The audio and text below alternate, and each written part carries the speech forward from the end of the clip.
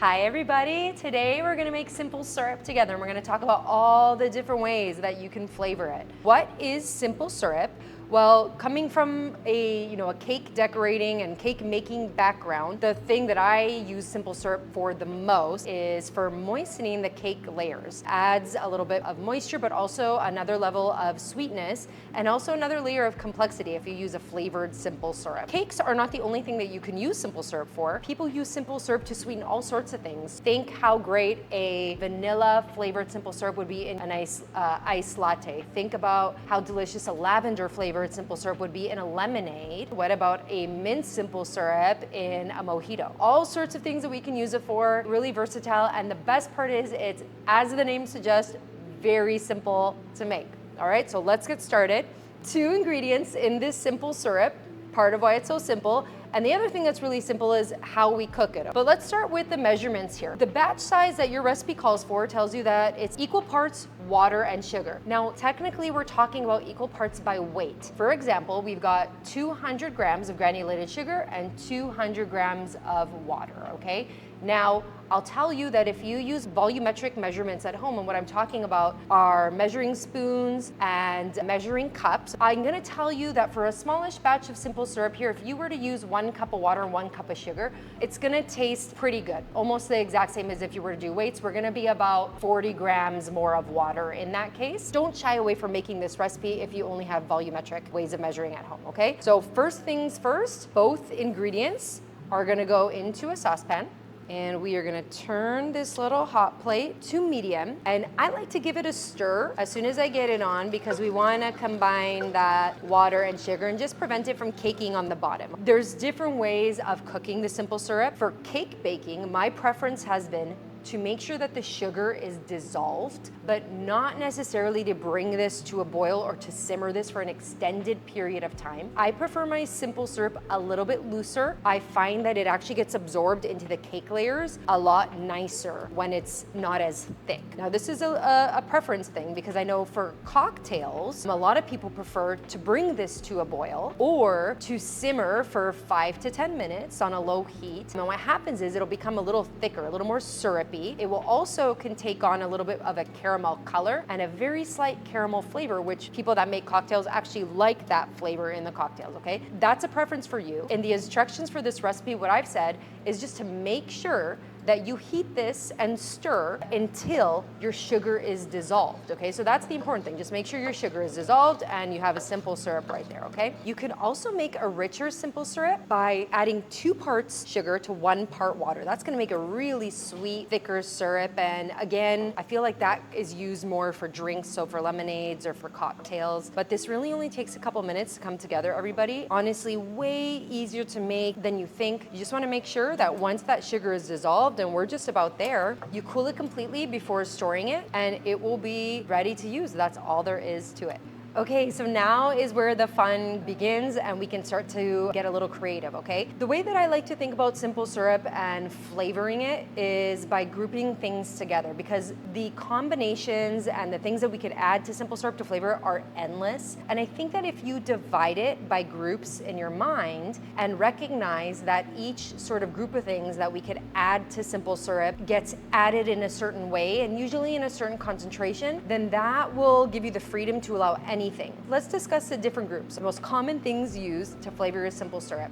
Lots of dried spices, okay, are used. So right here I have star anise, think cinnamon sticks, think peppercorns, lots of different things that we could add there, okay? Fresh herbs, okay? I do like to use a fresh herb if I'm flavoring with herbs. So basil, here I have fresh mint, thyme, lots of really delicious combinations, okay? And I'm thinking like cake pairings in my head right now while we're discussing this. Florals, so we make a really nice rose simple syrup. You can make it with either a rose water or some dried rose buds. And here I have some dried lavender. You could also use dried hibiscus flowers. So lots of dried florals we can use to add flavors to this.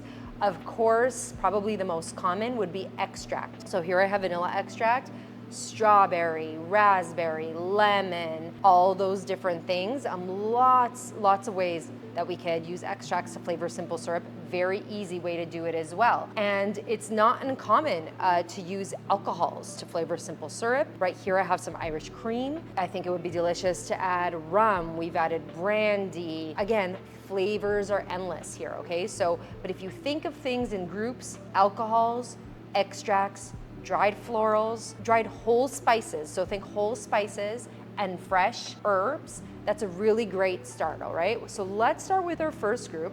Let's start with our dried florals. All right, so how does this group of things get added to simple syrup?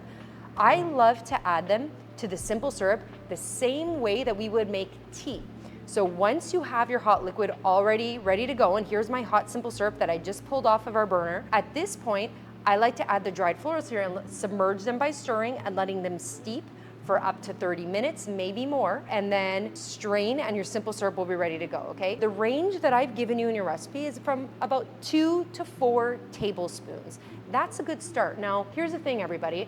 I know that some of you out there will say, I would like to know an exact measurement, but it really is subjective when it comes to flavors. Some people really want a nice, strong flavor to come through. Some people prefer a little more subtle flavor. It also depends on what you're using it for. Maybe if you're making a really concentrated simple syrup for a lavender lemonade, you're gonna wanna use a lot more of this or let it steep longer than if you were using it as a simple syrup for a cake where you want that lavender to be a little bit more of a background flavor, okay? So I've given you a range, and what I want you to do is start on a lower end, okay? And take it up from there. So I'm gonna go ahead and add 2 tablespoons of little dried lavender, and this is culinary grade lavender, okay? You wanna make sure that if we're adding anything to our food, that is something that can be eaten. I'm gonna give it a little stir to submerge. Oh, this looks so pretty already. And then all we have to do is set a timer for about 30 minutes, and we can give it a little taste at that point to see if we're where we wanna be with the strength of flavor. If you're not, then what you can do is just set your timer for another 10 or 15 minutes, okay? And perhaps if you put in 3 or 4 tablespoons of the lavender, maybe you wanna cut back your steep time, all right? So let's set this one aside and we're gonna come back to it and try it in a little bit, but I can tell you that this one already smells amazing. Okay, the next group that we're gonna work with is gonna be our fresh herb group, and I have mint here. The mint, I add it to my simple to infuse that flavor a little bit differently than I do for the dried flowers. I put that in at the same time that I put in our sugar and our water, equal parts. I'll actually add that in right now, and I've given you a range in your recipe for about 1/2 cup to 1 cup, okay? So let me turn this to medium and give it a little stir. And you can tear the leaves if you want to release those flavors a little more, or you don't have to and you can just steep a little longer. Either way, we're gonna get to the same end goal. Here, I do actually like to simmer for a minute or two because I find that it helps release that flavor and those oils from whatever herb you're using in this situation. Mint, but you could use, again, basil, rosemary, thyme, all of these things are excellent. Okay, so I simmered for about 2 minutes and I'm just going to take this off of the heat and set it aside, set my timer for 15 minutes, let it steep, and I'm gonna give it a little try after 50 minutes and see if I want it to steep a little bit longer, but it's already smelling amazing.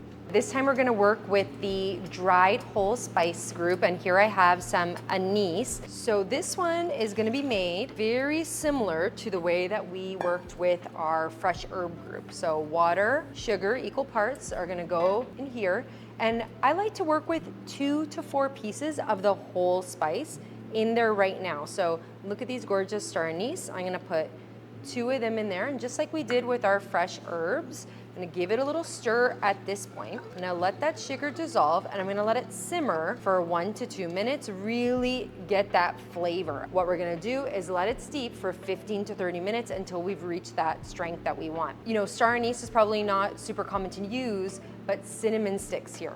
So cinnamon sticks would be a really popular thing to add to simple syrup. In that case, again, 2 to 4 sticks, okay? So whatever you're using. If you're using peppercorns, I'd probably opt for there for sure, if not a little bit more actually. But generally 2 to 4, especially if they're on the larger side. Okay, the next group we're gonna work with is gonna be our extracts, and I have a vanilla extract right here. I will add this or infuse my simple syrup with the extract flavor a little bit differently than what we've done so far. And that's because we really wanna maintain that extract flavor. And so we don't wanna add it when this is super hot or while it's cooking. So we're actually gonna wait. We're gonna wait till we take this off the heat. We're gonna cook our simple syrup the exact same way we did when we made our plain simple syrup. Cool completely, so just take this off the heat once that sugar is dissolved, and then add your extract. And we're looking for about, for this batch size of simple syrup, a half a teaspoon of extract to 3 teaspoons, okay?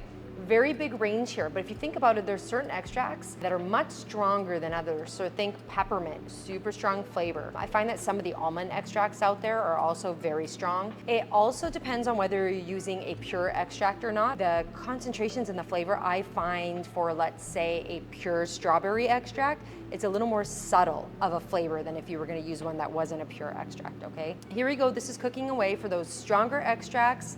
Again, you wanna err on the side of half a teaspoon, start with that, go from there, all the way up to 3 teaspoons, which is 1 tablespoon. That's generally a good amount. And again, remember, I'm giving you this range because it really depends on what your application is for that syrup. If you're using this in a coffee and you're only adding a small amount of simple syrup, then I'm probably gonna add a little bit more vanilla. In that case, I'm definitely gonna go 3 teaspoons for that. So there's really a range, and the best way to do this is to try it. And it's easier for the extracts because we can try it right away. Whereas for some of our other flavor groups like the herbs, the spices, we need to let those steep before we try them to see what strength they're at.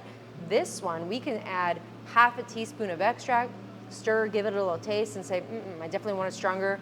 Add another half or another teaspoon and just continue flavoring from there. So extracts, definitely the most simple way. Syrup has come off the heat, and this is just our plain simple syrup. It's cooled quite a bit, and now what I'm gonna do is I'm gonna add my vanilla. Now, I already know that the ratio that I like for the vanilla is 3 teaspoons, which is 1 tablespoon, so I'm just gonna go for it and give it a little stir. Oh yeah, and that is it, super easy. Now think about this, if you wanna just forget everything else that we talked about and just use some of those extracts that you have at home, vanilla, strawberry, lemon, almond, just with extracts and your simple syrup recipe, the combinations are endless, and that is really as easy as it gets. Okay. Next up is our last group, and that's gonna be our alcohol group. So this one's gonna be similar to the vanilla extract in that we're gonna prep our recipe for simple syrup the exact same way that the recipe calls for. And we're gonna make sure that before we add our alcohol that the syrup is cooled completely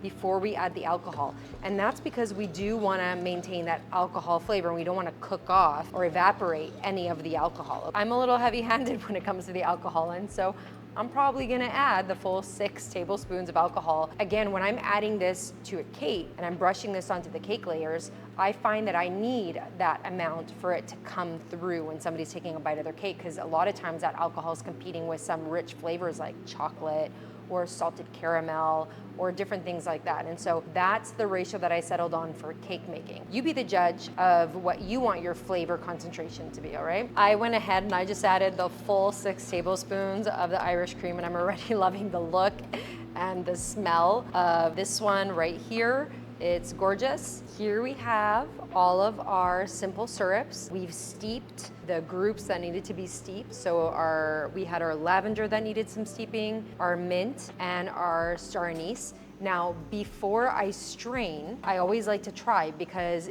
you might find that flavor's not strong enough and you might want to keep steeping for a little bit longer. So now you all get to watch me try. So here's the anise. Okay, that would be perfect in a little cup of espresso. That one is good to go. So I steeped for, I believe I steeped for 15 minutes. What I'm gonna do is pour this into a sieve, take that out, and now this anise simple syrup is ready. And next up we have our mint, which turns this really pretty green color. I love it. I'm gonna give it a try. Ooh, that one's great as well. Okay, and that one steeped for the full 30, and I'm also happy with this concentration. And I'm also thinking that this would be really great with coconut cake and maybe a little rum in there as well. Next up is our lavender. I love a lavender simple syrup. So many different things that you can use this for. My favorite would probably be lavender lemonade. Actually, I feel like it could use some more steeping, okay? So this one, to me, I can taste the lavender, but it's not very strong. So I'm gonna let this one steep for about 15 minutes more. And if I feel like it's good at that point, then I'll go ahead and I'll strain it. We have our vanilla as well, and I'm gonna give this one a try, and this one's easy. If I feel like it's not strong enough, all I need to do is just pour a little bit more extract in there, okay? So no steeping required. I already knew that one was gonna be good because I know that I like 1 tablespoon of vanilla in my vanilla simple syrup. So that one is ready to go. I saved the best for last. This is our Baileys simple syrup. I'm gonna give this one a try, and just like the vanilla, because we're not steeping here, if we feel like it needs to be stronger, just pour a little bit more in there, very easy, okay? I'm gonna say this one would be really good in coffee too, but we do use this in our chocolate salted caramel cake, perfection. One of my favorite ways to store simple syrup is in a mason jar. Put the lid on, and like we mentioned before, you can keep it in your fridge for about 4 weeks. If you make that double concentration, remember you could store it even longer. But once it's cooled, and this one's still a little bit warm, but we'll go ahead and pour that in there. But generally wait for it to cool. This is our mint simple syrup. Isn't that pretty? And then you are ready to keep it in your fridge and use it for all those different things that you're gonna use it for. I really hope you enjoyed this video. I hope that you check us out if you wanna see some more of our content. We have some other awesome videos that are up. And let us know if there's questions about what we talked about today or anything that you'd like us to talk about in the future. Thanks for joining us.